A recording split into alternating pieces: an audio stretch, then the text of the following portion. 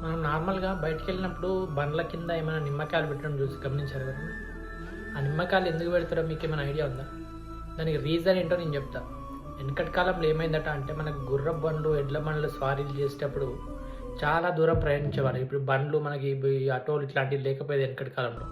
అప్పుడు ఏం చేసేది అంటే వీళ్ళు చాలా దూరం ప్రయాణించడం వల్ల ఆ గుర్రపు ఎడ్ల డెక్కలల్లా అది పరిగెత్తి ఏమయ్యేదంటే కింద పుండ్లు అయ్యేది.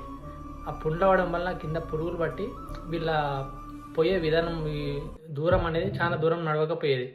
అవి కుంటుబడి ఎక్కడో మధ్యలో ఆగి అట్లా జరగొద్దని చెప్పేసి ఉండడానికి వాళ్ళు ఏం చేసేదంటే ఆ గుర్రపు డెక్కల కింద ఆ నిమ్మకాయ అనేది పెట్టేది. అప్పుడు అవి వాటిని తొక్కినప్పుడు అందులో ఉండే సిట్రిక్ యాసిడ్ అనేది ఆ గుర్రపు డెక్కలో ఉన్న ఎక్కడైతే పుండ్లు పురుగులు ఉన్నాయో అక్కడికి పోయి ఆ సిట్రిక్ యాసిడ్ వల్ల అవి చనిపోతాయి, నడక మంచిగా తాగుతుందని చెప్పేసి వెనకటి కాలంలో ఈ నిమ్మకాయ పెట్టేది. ఇప్పుడున్న కాలంలో ఏం చేస్తున్నారంటే మన బండ్లకు అదే వెనకటి ఫాలో అయిన దాని ప్రకారం మనకు బండ్లలో కూడా ఈ నిమ్మకాయ పెడుతున్నారు. రీజన్ అది.